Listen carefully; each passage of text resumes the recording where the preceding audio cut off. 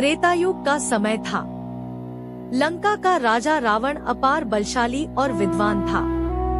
वह ज्योतिष और तंत्र का भी महान ज्ञाता माना जाता था।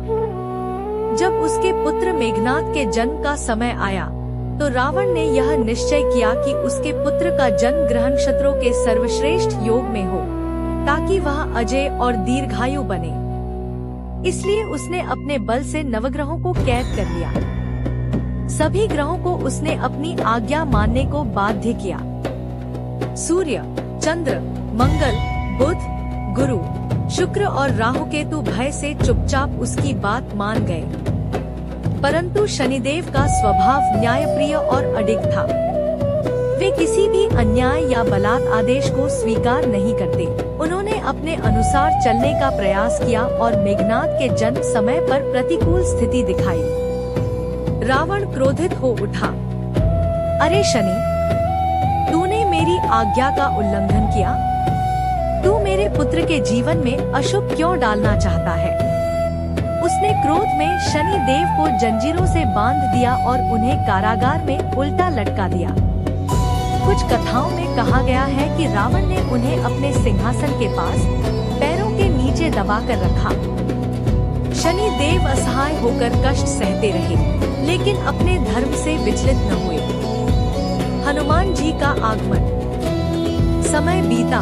सीता माता के हरण के बाद जब पवन पुत्र हनुमान लंका पहुँचे और राक्षसों से युद्ध करते हुए इधर उधर विचरण कर रहे थे, तब उन्हें एक अंधकारमय काल कोठरी दिखाई दी। हनुमान जी ने देखा, वहाँ लोहे की जंजीरों में बंधे कराहते हुए शनि देव पड़े हैं। हनुमान जी ने आश्चर्य से पूछा, आप कौन हैं, जिन्हें रावण ने इस प्रकार कैद कर रखा है? शनि देव ने उत्तर दिया, हे पवन पुत्र, मैं शनि हूँ, न्याय का अधिपति। रावण ने मुझे इस कारण बांध रखा है कि मैंने उसके पुत्र के जन्म में प्रतिकूल योग दिखाया। मैं अन्याय के अधीन होकर भी धर्म छोड़ नहीं सकता था। अब तुम आए हो तो मेरी मुक्ति संभव है। हनुमान जी का हृदय द्रवित हो गया। उन्होंने अपनी गदा का प्रहार किया और लोहे की जंजीरें टूट गईं। शनि देव उस कैद से बाहर आ गए। वे हनुमान जी के चरणों में गिर पड़े और बोले, हे महाबली, आपने मुझे रावण की कैद से मुक्त किया। मैं आपका उपकार कभी नहीं चुका सकता। आज से मैं वचन देता हूँ, जो भी आपका भक्त होगा, जो श्रद्धा से आपका नाम लेगा, आपके मंदिर में दीपक जलाएगा और हनुमान चालीसा का पाठ करेगा, उस पर मेरा अशुभ प्रभाव कम होगा। चाहे साढ़े साती हो या ढैया, आपकी भक्ति उसे बड़ी हद तक कष्टों से बचाएगी।